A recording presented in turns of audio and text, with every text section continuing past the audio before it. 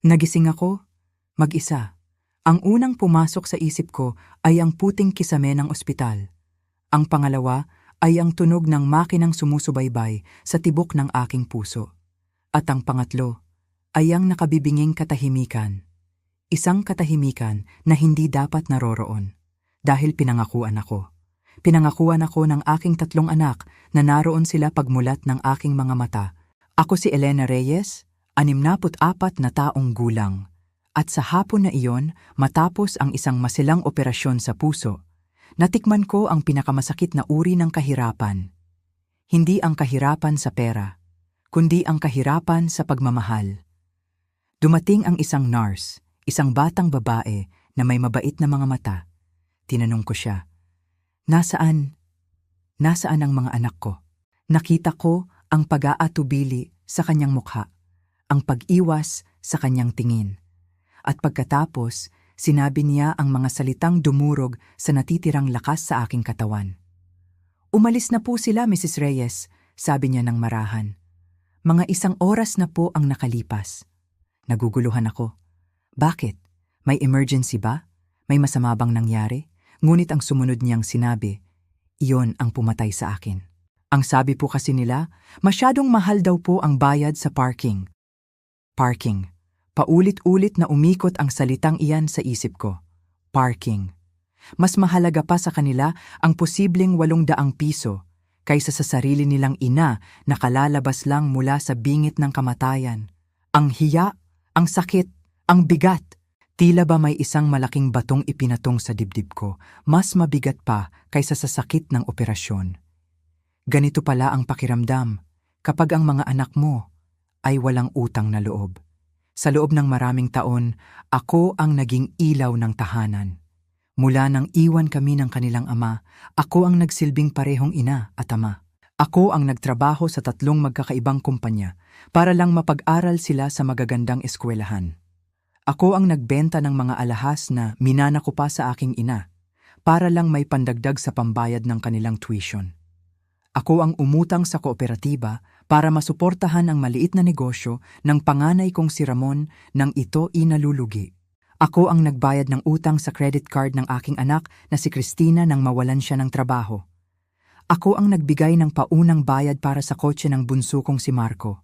Lahat. Ibinigay ko ang lahat. Ang aking oras, ang aking lakas, ang aking ipon. Wala akong itinira para sa aking sarili. Dahil iyon ang ginagawa ng isang ina, hindi ba? Ang magsakripisyo, ang umunawa, ang magbigay ng walang hinihintay na kapalit. Pero para sa kanila, isa lang akong pader na laging nariyan, isang anino sa sarili kong bahay. Ang aking mga opinyon ay hangin lamang. Ang aking mga pangarap ay matagal nang kinalimutan. Walang pakialam. Iyon ang salitang babagay sa kanila. Wala silang pakialam kung kumain na ba ako, kung maayos ba ang tulog ko, o kung may masakit ba sa akin. Ang tanging alam lang nila ay tumawag kapag may kailangan sila. Kapag gipit. Kapag may problema. At ako naman, itong si Elena, laging nariyan para sumalo sa kanila. Kahit nung malakas pa ako, matagal na akong nag-iisa sa piling nila. Sa silid ng ospital na iyon, akala nila iyon na ang katapusan ko. Isang matandang babae, mahina, mag-isa at walang pera. Isang problema na kailangan na lang nilang hintaying mawala. Isang ari-arian na kailangan na lang nilang pagplanuhan kung paano paghahatian. Iyon ang tingin nila sa akin. Isang pabigat. Pero hindi nila alam may isang lihim. Isang lihim na itinago ko sa loob ng 40 taon. Habang umiiyak ako sa aking kama, may isang taong pumasok. Isang lalaking hindi ko inaasahan. Isang lalaking matangkad, nakasuot ng barong at may dalang awtoridad sa kanyang tindig. Ngunit ang kanyang mga mata ay puno ng kabaitan. Nagpakilala siya. At sa isang iglap, bumalik ang isang ala. Ang mga salita ng nurse ay lumutang sa hangin ng silid, malamig at matalim. Masyadong mahal daw po ang bayad sa parking. Parking. Parking. Sa unang sandali, hindi ito na proseso ng aking isip. Tila ba sinabi niya ito sa ibang lengguwahe. Pinilit kong ngumiti, iniisip na baka nagkamali lang ako ng dinig. Siguro ang sabi niya ay may mahalaga silang inaasikaso. Siguro may emergency sa trabaho ni Ramon. Siguro may sakit ang isa sa mga apo ko. Maraming posibleng dahilan. Mga dahilan na katanggap-tanggap, pero hindi ang parking. Ano? Anong sabi mo, Hija? Tanong ko ulit, ang boses ko ay halos pabulong. Pakiulit nga. Nakita ko ang awa sa kanyang mga mata. At iyon ang mas nagpasakit sa akin. Ayokong kaawaan, lalo na ng isang estranghero. Ang sabi po nila, babalikan na lang daw po kayo. Medyo mahal na raw po kasi ang singil sa paradahan kapag nagtagal. Sabi niya, iniiwas ang kanyang tingin. Doon na ito tuluyang lumubog sa aking kamalayan. Hindi ito isang masamang panaginip. Ito ang katotohanan. Ang 3 anak na iniluwal ko, ang 3 buhay na binuo ko mula sa sarili kong katawan, ay iniwan ako sa isang ospital, ilang oras matapos buksan ang aking dibdib, dahil sa isang bagay na kasing babaw ng bayad sa paradahan. Magkano ba ang paradahan sa isang ospital na tulad nito? Siguro 500, 800, 1,000 piso para sa buong araw? Ang halagang iyon ay katiting lamang kumpara sa mga isinakripisyo ko para sa kanila. Naalala ko noong muntik nang malugi ang accounting firm ni Ramon. Hindi siya nagsabi sa akin, pero nalaman ko mula sa isang kaibigan. Kinuha ko ang lahat ng ipon ko mula sa aking retirement fund, 200,000 piso, at ibinigay ko sa kanya. Ang sabi ko, "Anak, gamitin mo ito. Huwag mong isipin na utang. Tulong ko ito sa'yo." Hindi man lang siya nagpasalamat ng taos-puso. Kinuha lang niya ang tseke at sinabing, "Salamat, ma. Kailangan ko talaga to." Naalala ko si Christina, ang aking unika higa, palaging problemado sa pera. Isang araw, umiiyak siyang tumawag sa akin. Umabot na raw sa 100,000 piso ang utang niya sa credit card at pinapadalhan na siya ng sulat mula sa abogado. "Ma, tulungan niyo po ako. Hindi ko alam ang gagawin ko." Kinausap ko ang bangko. Ako ang gumawa ng paraan para mabayaran iyon ng paunti-unti. Hanggang ngayon, ako pa rin ang naghuhulog buwan-buwan mula sa kakarampot kong pensyon. At si Marco, ang bunso ko, ang baby ko. Nang kailangan niya ng paunang bayad para sa kanyang unang kotse, sino ang nilapitan niya? Ako. Ibinigay ko ang natitira sa aking naipon, 50,000 piso, para lang makita siyang masaya. Lahat ng iyon, lahat ng sakripisyong iyon, ay tila nabura ng isang simpleng bayarin sa paradahan. Ganoon na ba kababa ang halaga ko sa kanila?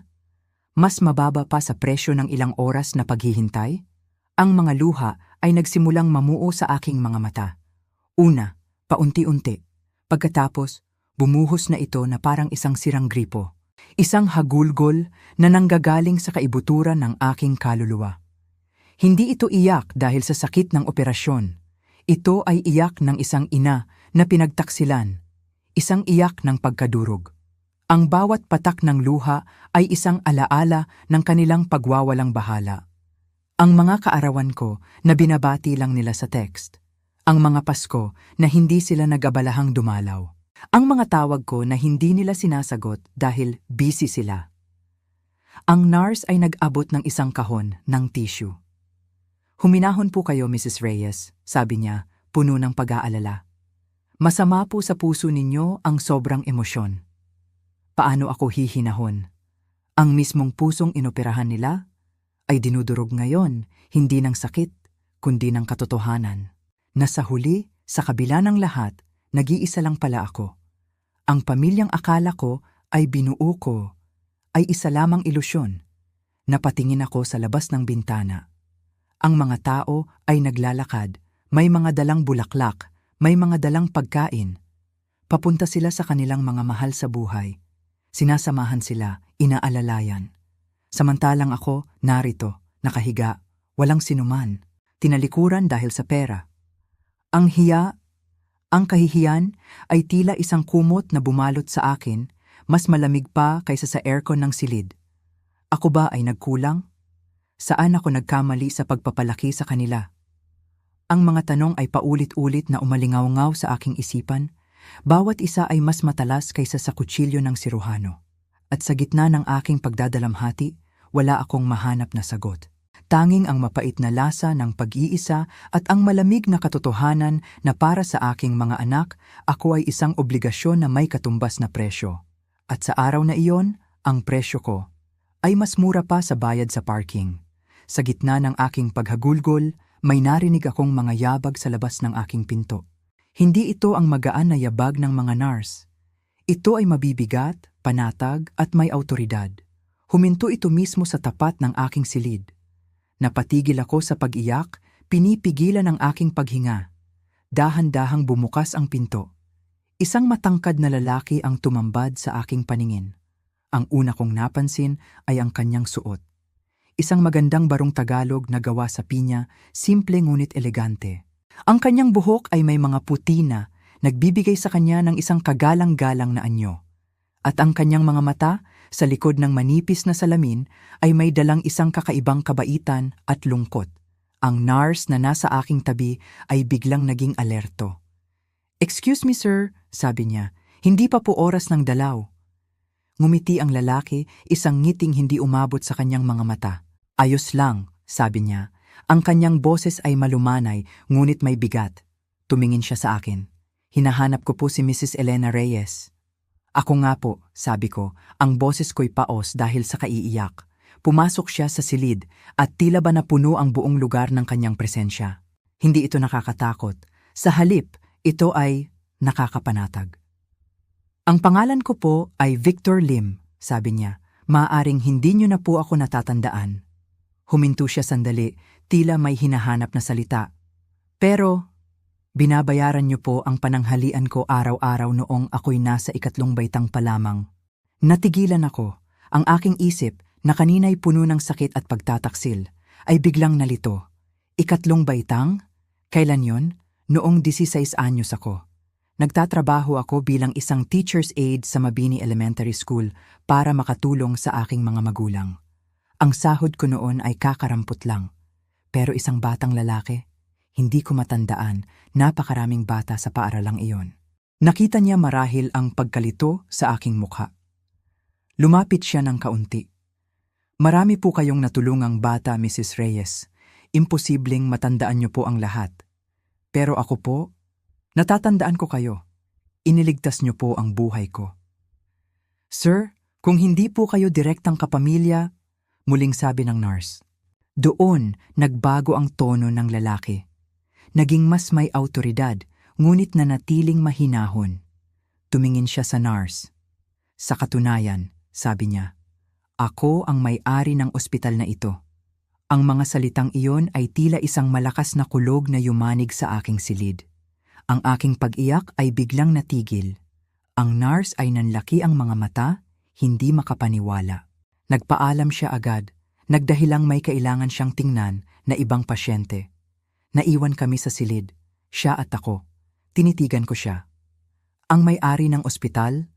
Paanong nangyari iyon? Isang bata mula sa Mabini Elementary?" Sinusubukan kong halongkatin ang aking memorya, pilit na inaalala ang isang mukha, isang pangalan. Pero wala. Isang blangkong pader. "Maaari po ba akong umupo?" tanong niya. Tumango lang ako, hindi pa rin makapagsalita. Umupo siya sa silyang nasa tabi ng aking kama. Sa loob ng ilang sandali, tinitigan lang niya ako. Isang titig na puno ng respeto, ng pasasalamat at ng isang emosyon na hindi ko pa maintindihan. "Ilang taon ko na po kayong hinahanap," sabi niya sa wakas, "mula pa noong natapos ako sa medisina. Palagi kong iniisip kung ano na ang nangyari sa teacher's aide na tumiyak na ang isang gutom na bata ay hindi uuwing walang laman ang tiyan." Hindi ko talaga maintindihan," sabi ko. Ang boses ko ay nanginginig. "Victor Lim, patawad, pero hindi ko talaga matandaan." "Hindi niyo po talaga matatandaan ang pangalang iyon," sabi niya, "dahil ang pangalan ko po noon ay Victor Santos. Inampun po ako ng pamilyang Lim noong ako'y 12 taong gulang na." Victor Santos. Ang pangalang iyon ay tila isang maliit na kampanang tumunog sa isang malayong sulok ng aking isipan. "Natatandaan niyo po ba?" pagpapatuloy niya. "Ang isang batang lalaki na palaging walang baon? Payat, na kahit anong isuot ay laging maluwag? Na laging nakaupo sa isang sulok ng kantina, pinapanood lang ang ibang bata na kumain? At dahan-dahan, parang isang lumang litrato na unti-unting nililinaw, Isang imahe ang nabuo sa aking isipan. Isang batang lalaki. May maitim at magulong buhok. Malalaking mata na laging mukhang malungkot. Mga damit na halatang luma at pinaglumaan na ng iba. Isang batang hindi nagsasalita, hindi nagrereklamo. Isang anino lang sa kantina. Diyos ko, bulong ko. Si Victor, ang munting si Victor. Tumango siya at sa unang pagkakataon, nakita ko ang isang tunay na ngiti sa kanyang mga labi, kasabay ng pangingilid ng kanyang mga luha. Ang lalaking nasa harap ko, ang makapangyarihang may-ari ng isang malaking ospital, ay ang gutom na batang lalaki mula sa aking nakaraan. Ang mundo ko ay biglang gumuho at muling nabuo sa isang iglap. Ang sakit na dulot ng aking mga anak ay pansamantalang napalitan ng isang napakalaking pagkamangha. Paano? Paanong ang batang iyon ay naging ang lalaking ito? Ang tanong ay umikot sa aking isipan at sa sandaling iyon, nakalimutan ko ang aking sariling sakit. Nais kong malaman ang kanyang kwento. Ang kwento na, sa hindi ko malamang dahilan, ay konektado pala sa akin. Nanatili si Victor sa aking tabi hanggang sa dumating ang gabi. Hindi siya umalis. Sa katunayan, nagpahatid siya ng hapunan para sa aming dalawa. Hindi ang karaniwang pagkain sa ospital na matabang at walang lasa. Isang mainit na mangkok ng espesyal na arroz caldo ang dumating. Puno ng manok, itlog at sinangag na bawang. Ang amoy pa lang nito ay tila isang yakap. Habang kumakain kami, ikinuwento niya ang lahat. Ikinuwento niya kung paano, matapos siyang ampunin ng mayamang pamilyang Lim, ay nagbago ang kanyang buhay. Nabigyan siya ng magandang edukasyon ng isang pamilyang nagmahal sa kanya. Ngunit hindi niya kailanman kinalimutan ang 2 taon sa Mabini Elementary School. Hindi niya kinalimutan ang pakiramdam ng kumakalam na sikmura. At higit sa lahat, hindi niya kinalimutan ang isang 16 anyos na teacher's aide na nagpakita sa kanya ng kabutihan. Ginawa ko lang naman ang dapat gawin, sabi ko, nahihiya sa kanyang mga papuri. Nakita ko ang isang batang nagugutom. Iyon lang. Hindi po, Elena, sabi niya, at sa unang pagkakataon, tinawag niya ako sa aking unang pangalan. Hindi po iyon lang. Alam niyo po ba kung magkano ang isang meal ticket noon? 15 pesos. 15 pesos. Oo, natatandaan ko. Ang sahod niyo po noon bilang teacher's aide ay 2,000 piso kada buwan, pagpapatuloy niya. Sa loob ng 20 araw na may pasok sa isang buwan, gumagastos po kayo ng 300 piso para sa akin. Halos 15% ng sahod niyo. Halos kalahati kung isasama ang iba pang gastusin. Ibinigay niyo po sa akin ang halos kalahati ng perang pinaghirapan niyo. Isang bata na hindi niyo naman kaano-ano. Ang mga numero ay tila sumampal sa akin. Hindi ko kailanman inisip iyon sa ganoong paraan. Ang alam ko lang noon, kailangan kong tulungan ang batang iyon. Naalala ko ngayon. Naalala ko na ang baon ko lang sa loob ng 2 taong iyon ay pandesal na may margarin. Tinitiis ko iyon para lang maibigay ko sa kanya ang meal ticket. Naalala ko na minsan, ako mismo ang nagugutom sa hapon, pero masaya na ako kapag nakikita ko siyang kumakain ng mainit na pagkain. Naalala ko na, bulong ko. Naalala kong ako rin ay nagugutom.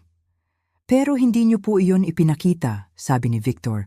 Ang kanyang boses ay puno ng emosyon dahil nakita niyo po ang isang batang mas nangangailangan. May kinuha siya mula sa kanyang mamahaling leather briefcase. Isang bagay na maliit at luma. Inilapag niya ito sa aking palad. Isang kupas na lunch card mula sa Mabini Elementary School. Malambot na ito dahil sa katagalan at may punit sa isang gilid. Itinago ko po ito, sabi niya, sa lahat ng mga taon. Ito po ang huling lunch card na ibinigay niyo sa akin bago matapos ang school year. Pagkatapos noon, inampun na ako at hindi na tayo muling nagkita. Nanginginig ang aking mga kamay habang hawak ko ang maliit na piraso ng karton na iyon. Bakit mo ito itinago? Dahil ito po ang aking anting-anting, sabi niya. Sa mga panahong pakiramdam ko ay nag-iisa ako sa mundo. Sa mga panahong tila walang naniniwala sa akin, tinitingnan ko po ito. At naaalala ko na minsan may isang taong nagmalasakit. May isang taong naniwala na karapat-dapat akong pakainin. Iyon po ang nagbigay sa akin ng lakas para magpatuloy. Ang mga luha ko ay muling bumuhos, ngunit sa pagkakataong ito, iba na ang dahilan. Hindi na ito dahil sa sakit, kundi dahil sa pagkamangha. Dahil po sa inyo, Elena, sabi niya, naging doktor ako. Dahil gusto kong tumulong sa mga tao, tulad ng pagtulong niyo sa akin. Ang una kong klinika ay itinayo ko sa isang mahirap na komunidad. Mayroon itong libreng feeding program para sa mga bata. Ngayon, nagmamay-ari ako ng 4 na ospital sa buong Luzon. At bawat isa sa mga iyon, bawat isa, ay may pundasyon para tiyakin na walang batang magugutom habang sila ay ginagamot. Napatitig ako sa kanya, hindi makapagsalita.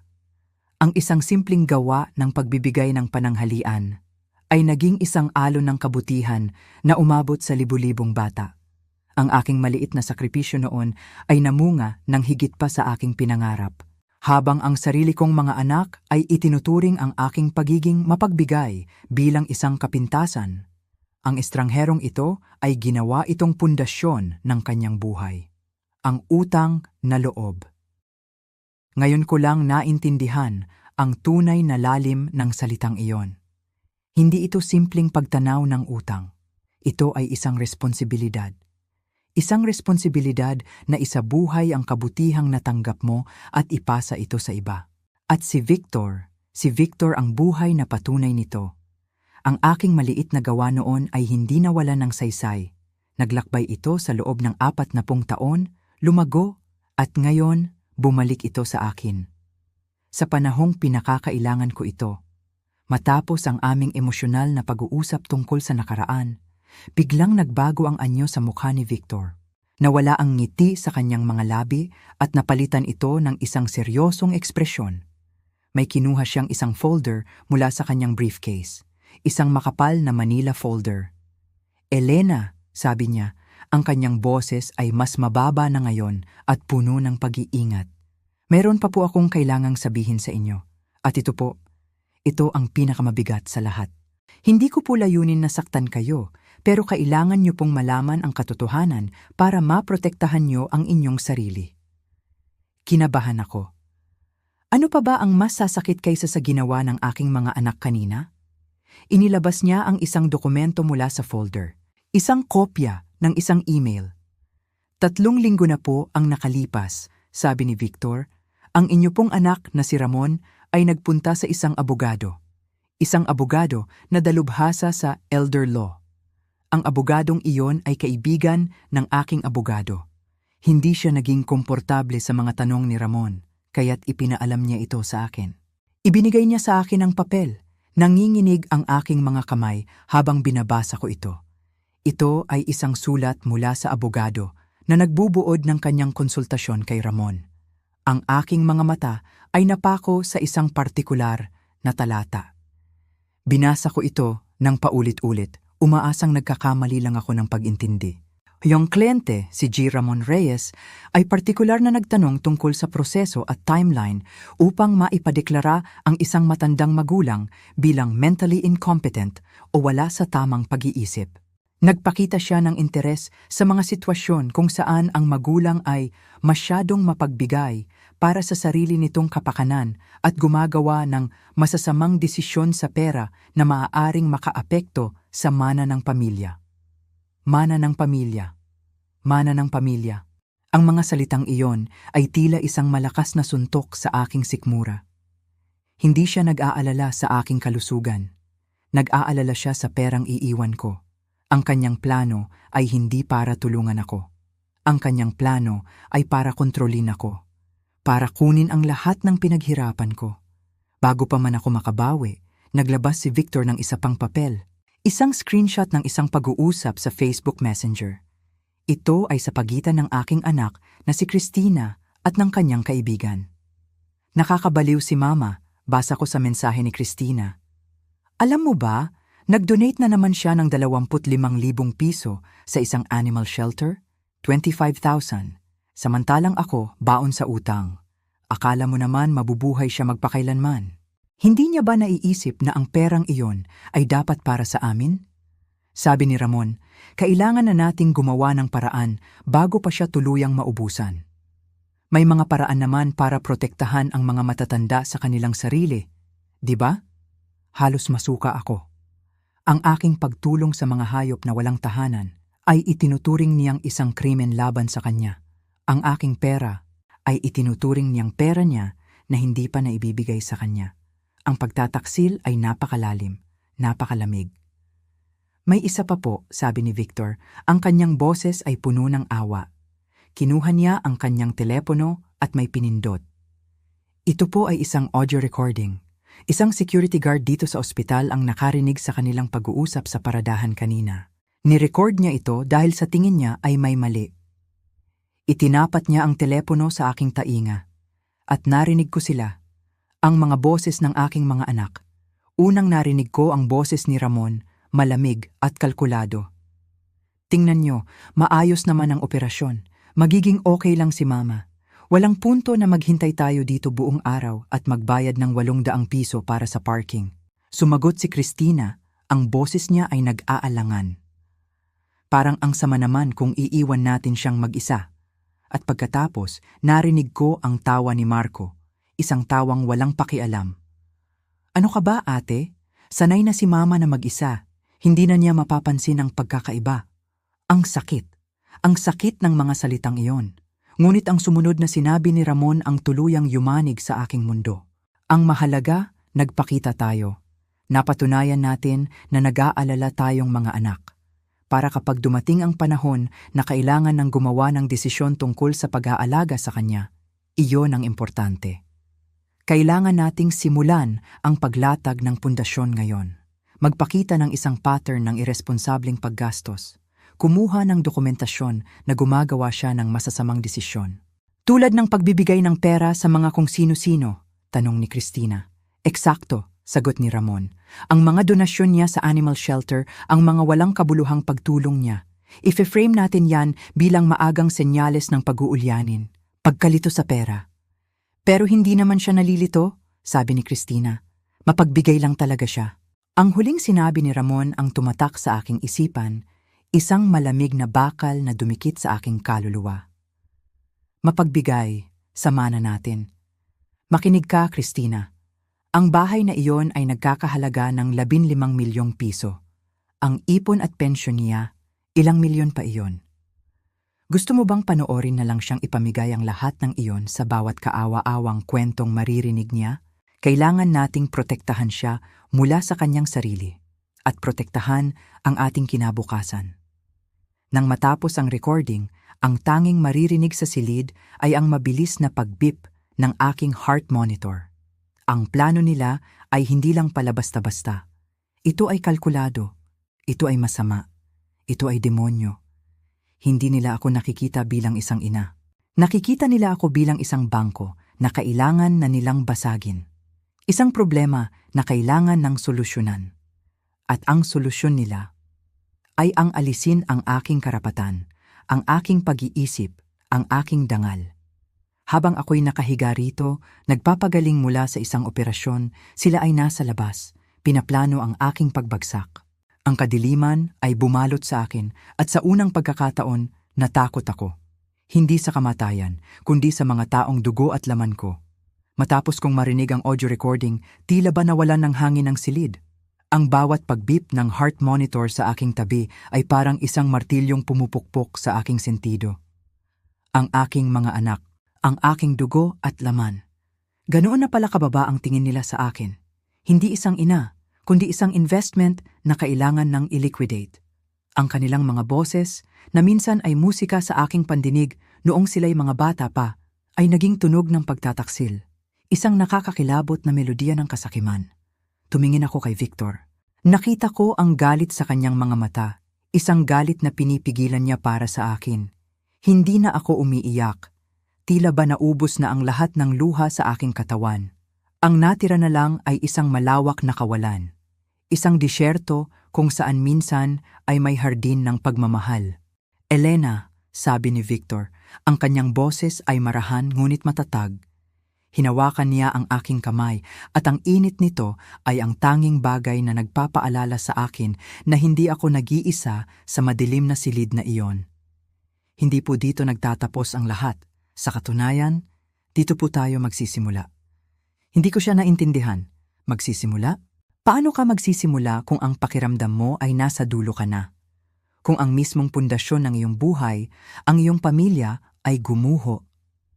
Sabi ko po sa inyo kanina, Elena, pagpapatuloy niya, nangako ako sa aking sarili na kung sakaling mahanap ko kayo, titiyakin kong hindi kayo mapapabayaan. 40 taon ko pong pinaghahandaan ang pagkakataong ito.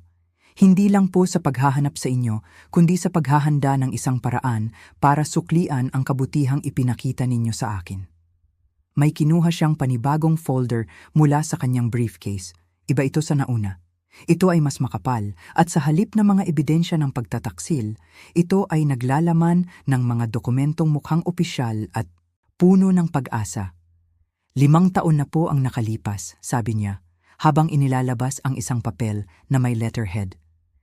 Itinatag ko po ang isang foundation. Ang pangalan po nito ay The Elena Reyes Foundation. Binasa ko ang mga salita. Elena Reyes, ang aking pangalan. Nakaimprinta sa isang dokumentong napaka-importante. Ano ito? Tanong ko, halos hindi makapaniwala. Ito po ay isang non-profit organization na ang layunin ay tulungan ang mga batang kapuspalad at ang mga nakatatanda na inilaan ang kanilang buhay sa pagtulong sa iba, ngunit napabayaan sa kanilang pagtanda. Sa loob ng 5 taon, Elena, ang pundasyong ito ay nakapagpakain na ng libu-libong bata sa iba't ibang probinsya. Dahil po iyan sa inspirasyong ibinigay ninyo sa akin. Nakatitig lang ako sa papel. Habang ako ay nabubuhay sa aking maliit na apartment, nagbibilang ng bawat sentimo at nag-aalala para sa kinabukasan ng aking mga walang utang na loob na anak. May isang pundasyon palang kumikilos sa aking pangalan, nagpapatuloy ng kabutihang minsan kong sinimulan. Hindi ko po ito magagawa ng walang pahintulot ninyo, kaya't ngayon ko lang po ito sinasabi. Ang pundasyon ay may sapat na pondo para tiyakin na hindi na po kayo mamomroblema sa pera habang buhay, sabi niya. Inilabas niya ang isa pang dokumento, isang kontrata. Handa po akong ialok sa inyo ang posisyon bilang executive director ng pundasyon na may taunang sahod na 3 milyong piso. 3 milyon, 3 milyong piso. Halos mahilo ako. Victor, hindi ko iyan matatanggap. Hindi ko alam kung paano magpatakbo ng isang foundation. Hindi ako nakapag-aral ng mataas. Elena, sabi niya, ang kanyang tingin ay seryoso. Mayroon po kayong higit pa sa edukasyon. Mayroon po kayong puso. Ang puso na nagtayo ng pundasyong ito. At huwag po kayong mag-alala, mayroon pong isang buong team na gagabay sa inyo.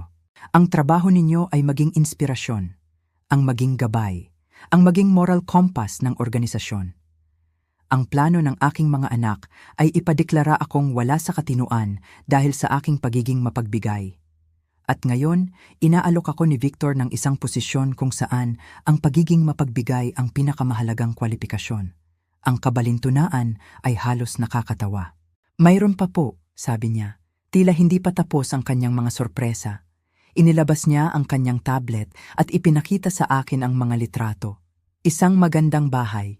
Isang palapag lamang na may malawak na veranda na nakapalibot dito at isang hardin na puno ng mga bulaklak. Binili ko po ito para sa inyo. Nasa Tagaytay Highlands po. Isang retirement community. Bayad na po ito. Walang utang, walang upa. Sa inyo po ito. Napatitig ako sa mga litrato. Isang lugar na sa panaginip ko lang nakikita. Isang lugar na payapa. Ligtas, malayo sa lahat ng sakit. Victor, sobra-sobra na ito, sabi ko. Ang aking mga luha ay muling bumabalik. Pero sa pagkakataong ito ay luha ng pasasalamat. Elena, sabi niya, hayaan ninyo akong tanungin kayo. Noong binabayaran ninyo ang aking pananghalian, humingi po ba kayo ng kapalit? Hindi, syempre hindi.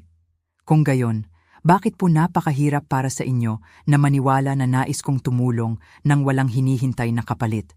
Ito po ay hindi kawanggawa, ito po ay hustisya. Binigyan ninyo ng pag-asa ang isang gutom na bata, Ngayon, ang batang iyon na lumaki na ay nais kayong bigyan ng seguridad at kapayapaan. Sa isang iglap, ang lahat ng kadiliman na bumalot sa akin ay tila nagkaroon ng siwang. Isang siwang kung saan sumisilip ang liwanag ng isang bagong simula. Isang buhay na hindi ko kailanman inakalang posible para sa akin. Isang buhay kung saan ako naman ang aalagaan. Isang buhay kung saan ang aking kabutihan ay hindi isang kahinaan, kundi isang kalakasan. At sa sandaling iyon, sa gitna ng malamig na silid ng ospital, sa tabi ng isang estranghero na mas naging pamilya pa kaysa sa sarili kong dugo, isang desisyon ang nabuo sa aking puso. Oras na para piliin ang aking sarili. Habang pinoproseso ko pa ang lahat ng alok ni Victor, ang mga dokumento ng pag-asa ay nakalatag sa aking kama. Isang biglaang katok sa pinto ang pumutol sa aming pag-uusap. Mrs. Reyes, sabi ng nurse mula sa labas, narito na po ang mga anak ninyo. Nais po kayong makita. Ang aking puso, na kanina lang ay nagsisimula ng kumalma, ay biglang kumabog ng malakas. Sila. Narito sila. Matapos ang kanilang pagpupulong sa abogado, matapos nilang planuhin ang aking pagkasira, ano ang kailangan nila ngayon? Tumingin ako kay Victor, isang takot ang biglang gumapang sa akin. Hinawakan niya ang aking kamay. Nasa sa inyo po ang desisyon, Elena, sabi niya. Maaari ninyo silang hindi harapin. Umiling ako. Hindi. Kailangan ko silang makita. Kailangan kong marinig kung ano ang sasabihin nila. May isang bahagi sa akin na gustong maniwala na baka mali ang lahat. Na baka may natitira pa silang kahit katiting na pagmamahal. Papasukin mo sila, sabi ko sa nurse. Bago sila pumasok, mabilis kong ibinalik ang lahat ng dokumento kay Victor. Itago mo muna ito. Pakiusap ko. Tumayo siya. Gusto ninyo po ba akong manatili? Maaari ka bang maghintay sa labas? Sabi ko. Kung sakali lang. Tumango siya at lumabas ng silid, kasabay ng pagpasok ng aking 3 anak. Ang una kong nakita ay si Christina. May dalang isang maliit na bouquet ng mga bulaklak na halatang binili lang sa gift shop ng ospital. Ang mga bulaklak ay medyo lantana. Mama! Sabi niya, ang kanyang boses ay puno ng pekeng pag-aalala. Kamusta na po kayo? Nag-alala kami ng husto. Lumapit siya at hinalikan ako sa pisngi. Isang halik na malamig at walang buhay. Sumunod si Ramon, nakatayo sa paanan ng aking kama. Ang kanyang mga kamay ay nasa likod na parang isang general. Nakausap na namin si Dr. Harrison, ma. Maganda raw ang naging resulta ng operasyon, walang komplikasyon. Ang kanyang tono ay parang nagbabasa ng isang business report. Si Marco, ang bunso, ay nakasandal sa pader, abala sa kanyang cellphone.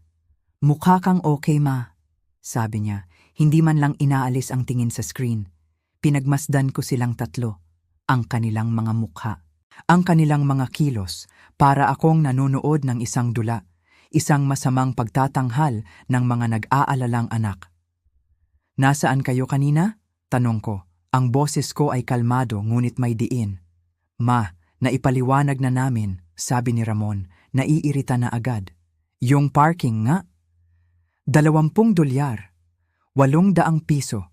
Sabi ko, inuulit ang mga salita na tila lason sa aking dila. Iniwan ninyo ang nanay ninyo na kalalabas lang sa operasyon para sa 800 piso. Natahimik sila. Ang pagkukunwari ay biglang nagkaroon ng lamat. Ma, sabi ni Christina, sinusubukang ibahin ang usapan. Pinag-iisipan na namin at nag-aalala kami sa'yo na nakatira ng mag-isa, lalo na ngayon. Dito na nagsimula ang kanilang tunay na agenda. Ano ang ibig mong sabihin? Tanong ko, kahit alam ko na ang isasagot nila. Panahon na siguro, ma, para isaalang-alang ang paglipat sa isang lugar kung saan may mga profesional na mag-aalaga sa'yo, sabi ni Ramon. Isang assisted living facility para sa kaligtasan mo. Isang nursing home, sabi ko ng diretsahan. Hindi naman sa ganoon, ma. Isang magandang komunidad, mabilis na sagot ni Christina. Kung saan may mga kasama ka. At kung maibebenta mo ang bahay, ang perang iyon ang magagamit mo para sa iyong pag-aalaga. Naroon na ang buong plano. Ibenta ang bahay, ubusin ang pera, Pagkatapos, ipasa ako sa gobyerno kapag wala nang natira. Malinis, walang gulo. At higit sa lahat, wala nang mana na kailangan nilang hintayin. At nakausap na ba ninyo ang sinuman tungkol dito? Tanong ko. Mga profesional? Nag-research na kami, sabi ni Ramon, umiiwas sa direktang tanong. Nagkonsulta sa mga taong nakakaintindi ng elder care law. Bago pa man ako makapagsalita, isang katok ang muling narinig sa pinto. Pumasok si Victor. Ang kanyang presensya ay agad na nagpabago sa kapaligiran ng silid. Pasensya na sa abala, sabi niya ng magalang. Mrs. Reyes, nais ko lang pong kamustahin kayo bago ako umuwi. Agad na tumayo si Ramon. Ang kanyang radar para sa mga mayayaman at makapangyarihan ay biglang umandar. Sino po sila? Isa po ba kayo sa mga doktor ni Mama? Ngumiti si Victor, isang ngiting formal at malamig. Ako si Victor Lim. Ako ang nagmamay-ari ng ospital na ito. Ang epekto ay parang kuryente.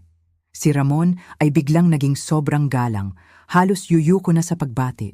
Si Cristina ay napatayo na rin, tila nakakita ng isang hari. Maging si Marco ay ibinaba ang kanyang cellphone at naging interesado. Mr. Lim, sabi ni Ramon, inilahad ang kanyang kamay. David Reyes po, anak ni Adrienne. Maraming salamat po sa napakagandang pag-aalaga sa aming ina. Nakipagkamay si Victor sa kanila, ang kanyang mukha ay nanatiling neutral. Ang inyong ina ay tumanggap ng parehong dekalidad na serbisyo na ibinibigay namin sa lahat ng aming pasyente. Ngunit masasabi kong isa siyang kahangahangang babae. Oo naman po, mabilis na sagot ni Cristina. Espesyal po talaga si Mama. Napanood ko ang kanilang pagtatanghal na may halong pandidiri at pagkamangha. Ang mga anak na tumalikod sa akin ay ngayon ay nagkukumahog na maging mabuti sa harap ng isang taong may kapangyarihan. Dito, sa harap ko, ang kanilang mga maskara ay hindi lang nalaglag. Sila mismo ang nagtanggal nito at ipinakita ang pangit na katotohanan na nakatago sa likod. Ang kanilang pagmamahal ay may presyo at may pinipiling manunood. Lumipas ang 6 na buwan. Ang 6 na buwan na iyon ay tila isang buong buhay. Isang bagong buhay. Hindi na ako si Elena Reyes, ang malungkot na byuda na nag-iisa sa kanyang maliit na apartment. Hindi na ako ang ina na laging naghihintay sa tawag ng kanyang mga anak. Ako na ngayon si Elena Reyes, ang Executive Director ng The Elena Reyes Foundation. Ang aking araw ay nagsisimula hindi sa tunog ng katahimikan, kundi sa huni ng mga ibon sa labas ng aking bintana sa Tagaytay. Ang aking tahanan. Isang tahanan na puno ng liwanag at kapayapaan. Pagkatapos ng almusal, hindi na ako nag-aalala kung paano pagkakasyahin ang aking pensyon. Sa halip, ang aking umaga ay ginugugol sa pagbabasa ng mga proposal. Mga proposal para sa mga feeding program sa mga liblib na baryo. Mga aplikasyon para sa scholarship ng mga matatalinong bata na walang pantustos. Ang aking mga desisyon ay hindi na tungkol sa kung aling utang ang uunahing bayaran. Ang aking mga desisyon ngayon ay may kakayahang bumago ng buhay ng iba. Ang bawat pirma ko sa isang tseke ay hindi na para sa aking mga sakim na anak, kundi para sa isang batang makakakain ng masustansyang pagkain o sa isang estudyanteng makakatapos ng kanyang pag-aaral. Ang pakiramdam ay hindi maipaliwanag. Ito ay isang uri ng kasiyahan na hindi kayang bilhin ng pera. Ito ay ang pakiramdam ng pagkakaroon ng layunin, ng kabuluhan. Ang paglipat ay naging madali dahil sa tulong ni Victor at ng kanyang team. Sila ang nag-asikaso ng lahat. Ipinakete nila ang mga gamit na gusto kong dalhin. Ang mga hindi na kailangan ay ipinamigay sa mga nangangailangan. Sinabi ko sa aking mga anak na lumipat ako sa isang retirement community para sa aking kalusugan. Pumayag sila agad. Para sa kanila, mas maganda iyon. Isang problema na naalis sa kanilang mga balikat. Hindi na nila kailangang mag-alala sa akin. Hindi na nila kailangang dumalaw. Pero hindi nila alam ang buong katotohanan. Hindi nila alam na ang retirement community na ito ay isang paraiso. Hindi nila alam na hindi ako isang pasyente, kundi isang leader. Hindi nila alam na hindi na ako nabubuhay sa pensyon, kundi sa isang sahod na mas malaki pa sa pinagsama-samang kinikita nilang tatlo. Isang araw, nakatanggap ako ng isang liham, galing kay Ramon. Ang kanyang sulat kamay, perpekto at kalkulado tulad niya. Mama, sabi sa sulat, sana ay maayos ka na sa bago mong tirahan. Hindi ka na namin masyadong nakakausap mula nang lumipat ka at kami ay nag-aalala. Nais sana naming dumalaw para makita kung ano ang kailangan mo. At siguro, dapat na rin nating pag-usapan ang iyong mga financial arrangements. Nag-aalala ako kung paano mo pinagkakasya ang iyong fixed income sa gastos ng iyong bagong pamumuhay. Binasa ko ang sulat habang umiinom ng mamahaling kape sa aking veranda, nakatanaw sa lawa. Halos matawa ako. Ang kanyang pag-aalala ay hindi para sa akin. Ito ay para sa pera. Nalaman niya sigurong mas malaki ang gastos sa bago kong tirahan at natatakot siyang baka maubos ko ang mana nila. Tumawag ako kay Victor. Ikinuwento ko ang tungkol sa sulat. Huwag po kayong mag-alala, Elena, sabi niya. Nalaman ko mula sa aking mga contact na sinusubukan pa rin ni Ramon na maghanap ng abogado na tutulong sa kanya. Pero wala siyang makita dahil wala silang kaso. Ikaw ay isang aktibong empleyado ng isang lehitimong organisasyon. Ikaw ay malusog at nasa tamang pag-iisip. Anumang pagtatangka nilang questionin ang iyong kakayahan ay mababasura lang. Pagkatapos ng aming pag-uusap, isang pakiramdam ng kalayaan ang bumalot sa akin. Sa unang pagkakataon sa aking buhay, hindi ako natatakot sa kanila. Hindi ako nakakaramdam ng guilt. Hindi ko na nararamdaman ang obligasyon na tulungan sila. Ang taling nag-uugnay sa akin sa kanilang kasakiman ay naputol na. Narealize ko na sa loob ng maraming taon, ang pagiging ina para sa akin ay naging katumbas ng pagiging martir. Akala ko, ang pagmamahal ay pagsasakripisyo ng sarili. Pero mali pala ako. Ang tunay na pagmamahal ay hindi nag-aalis ng iyong sariling halaga. Nahanap ko ang aking lakas. Hindi sa pera o sa posisyon. Nahanap ko ito sa pag-alam kung sino ako.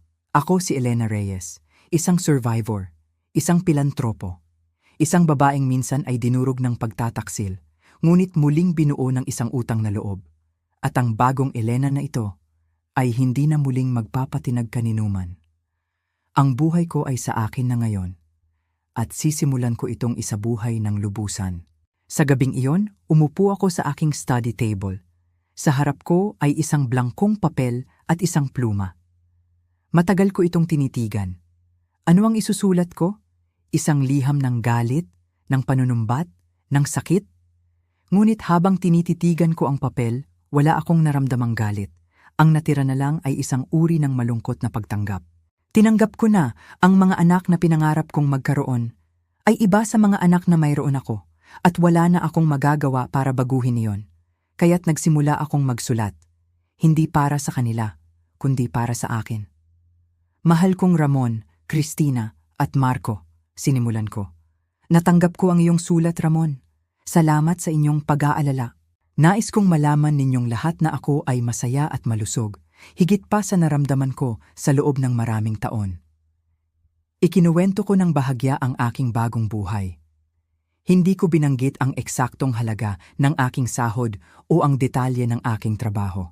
Binanggit ko lang na ako ay may isang makabuluhang gawain na nagbibigay sa akin ng kagalakan araw-araw. Naiintindihan ko na ang mga desisyon ko ay maaaring hindi ang inaasahan ninyo para sa akin. Ngunit ito ay aking mga desisyon. Ginawa ko ang mga ito para sa aking sarili. At sa unang pagkakataon, ramdam ko na ako ang may hawak ng aking buhay. Huwag na ninyong alalahanin ang aking sitwasyong pinansyal. Ito ay secured na. Hindi ko kailangan ng anumang tulong, pinansyal man o iba pa. At tiyak, hindi ako nasa panganib na maloko ng sino man. Huminto ako sandali. Ito na ang pinakamahalagang bahagi, ang pagsasara ng pinto. Nais kong malaman ninyo na sa kabila ng lahat, pinapatawad ko kayo. Hindi para sa inyo, kundi para sa aking sariling kapayapaan. Pinapalaya ko na ang aking sarili mula sa bigat ng sakit na idinulot ninyo. At pinapalaya ko na rin kayo mula sa anumang obligasyon na maaaring nararamdaman pa ninyo para sa akin. Ina, naway mahanap ninyo ang kaligayahan at tagumpay sa inyong sariling mga buhay. Mamuhay kayo ng marangal. Nagmamahal, Ina. Pagkatapos, may idinagdag akong PS o paalala. P.S. Naglakip ako ng isang brochure tungkol sa The Elena Reyes Foundation. Kung sakaling maging interesado kayong malaman ang trabahong aking ginagawa, palagi kaming naghahanap ng mga voluntaryo kung sakaling naisin ninyong tumulong sa pagpapakain ng mga batang nagugutom. Inilagay ko ang liham sa isang sobre, kasama ang makintab na brochure ng pundasyon. Kinabukasan, ipinadala ko ito sa koreo. Habang inihuhulog ko ito sa mailbox, wala akong naramdamang bigat. Sa halip, gumaan ang aking pakiramdam. Iyon na. Tapos na.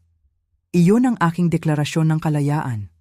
Sa aking sala, sa ibabaw ng coffee table, nakadisplay sa isang magandang frame ang isang luma at kupas na lunch card. Ang lunch card na ibinigay sa akin ni Victor. Araw-araw, tinitingnan ko ito. Ito ang nagsisilbing paalala sa akin. Isang paalala na ang isang maliit na gawa ng kabutihan, na ginawa ng walang pag-aalinlangan, ay maaaring maging isang binhi. Isang binhi na maaaring tumubo sa loob ng maraming taon, sa isang lugar na hindi mo inaasahan. At sa tamang panahon, ang punong iyon ay maaaring magbunga, at ang mga bungang iyon ay maaaring bumalik para iligtas ka. Ito ang alingawngaw ng kabutihan. Isang tunog na mas malakas kaysa sa ingay ng kasakiman. Isang tunog na naglakbay sa loob ng 40 taon. Mula sa palad ng isang 16 anyos na dalaga, patungo sa puso ng isang gutom na bata. At mula sa pusong iyon, bumalik ito sa akin, mas malaki, mas malakas, at mas makahulugan. Ang aking kwento ay hindi nagtapos sa ospital. Sa katunayan, doon lang ito nagsimula. Ang sakit ng puso na halos pumatay sa akin, ay ang siya ring nagligtas sa aking puso. Iniligtas nito ang aking puso mula sa isang buhay ng pagpapabaya at pagwawalang bahala. At dinala ako nito sa isang buhay ng layunin, pag-asa at tunay na pagmamahal. Ang pagmamahal na hindi humihingi ng kapalit, kundi nagbibigay lang. Tulad ng isang simpleng pananghalian na ibinigay sa isang batang nangangailangan, maraming taon na ang nakalipas. Nang gabing iyon, habang nakatayo ako sa aking veranda, at pinagmamasdan ang mga bituin sa kalangitan ng Tagaytay, isang malalim na kapayapaan ang bumalot sa akin. Wala nang bigat sa aking dibdib, wala nang tanong na, bakit? Tanging pagtanggap na lamang at pasasalamat. Ang liham na ipinadala ko ay hindi na muling sinagot, at iyon ay ayos lang. Dahil ang liham na iyon ay hindi naman para sa kanila. Iyon ay para sa akin. Iyon ang aking huling paalam. Hindi sa kanila bilang aking mga anak, kundi sa buhay na minsan kong pinagsisihan. Ang huling hibla na nag-uugnay sa akin sa sakit ay naputol na. Malaya na ako. Ang buhay ko ngayon ay simple ngunit puno ng kahulugan. Sa umaga, abala ako sa mga gawain ng pundasyon. Nakikipag-usap ako sa mga batang tinutulungan namin at sa kanilang mga ngiti, nakikita ko ang batang si Victor. Nakikita ko na ang bawat pisong inilalaan namin ay nagiging pag-asa. Sa hapon, madalas kaming magkape ni Victor. Hindi na namin pinag-uusapan ang nakaraan. Pinag-uusapan na namin ang hinaharap, ang mga plano para sa pundasyon, ang mga pangarap para sa mas maraming bata. Siya ay hindi lang isang tagapagligtas. Siya ay naging isang tunay na kaibigan. Isang pamilya na pinili, hindi ipinilit ng dugo. Minsan, may nagtanong sa akin kung nagsisisi ba ako, kung may galit pa ba akong nararamdaman. Ang sagot ko ay simple, hindi na. Dahil ang galit ay isang lason na ikaw mismo ang iinom habang umaasa na ang ibang tao ang mamamatay. At pinili kong mabuhay. Ang kwento ko ay nagsimula sa isang pagtataksil, ngunit hindi ito nagtapos doon. Nagtapos ito sa isang pagtubos. Isang pagpapatunay na ang kabutihan, gaano man kaliit, ay hindi kailanman nasasayang. Ito ay parang isang alingawngaw sa isang malawak na bundok. Maaaring hindi mo ito marinig kaagad, maaaring abutin ito ng maraming taon. Ngunit palagi itong bumabalik. Sa bawat isa sa inyo na nakikinig ngayon, lalo na sa mga kapwa ko na katatanda na maaaring nakakaramdam ng pag-iisa. Nais kong sabihin ito, ang inyong halaga ay hindi nasusukat sa kung paano kayo tratuhin ng iba. Ito ay nasusukat sa kabutihang ibinibigay ninyo sa mundo. 6 na buwan na ang nakalipas, nagising ako sa ospital na wasak at mag-isa. Ngayong gabi, matutulog ako sa sarili kong tahanan na buo, may layunin, at napapaligiran ng tunay na pagmamahal. Dahil ang puso kong minsan ay sinira ng pagtataksil, ay muling binuhay ng isang utang na loob. At iyon ay isang himala na hinding-hindi ko malilimutan. Ngayon, ako naman ang magtatanong sa inyo, kayong mga nakinig sa aking kwento. Ano ang gagawin ninyo kung kayo ang nasa aking kalagayan? Naranasan nyo na rin ba ang ganitong klaseng pagsubok? Ibahagi ninyo ang inyong mga kwento sa comment sa ibaba. At huwag kalimutang i-like at i-share ang video na ito para mas marami pa ang makaalam na may pag-asa. Palaging may pag-asa. Maraming salamat sa inyong pakikinig.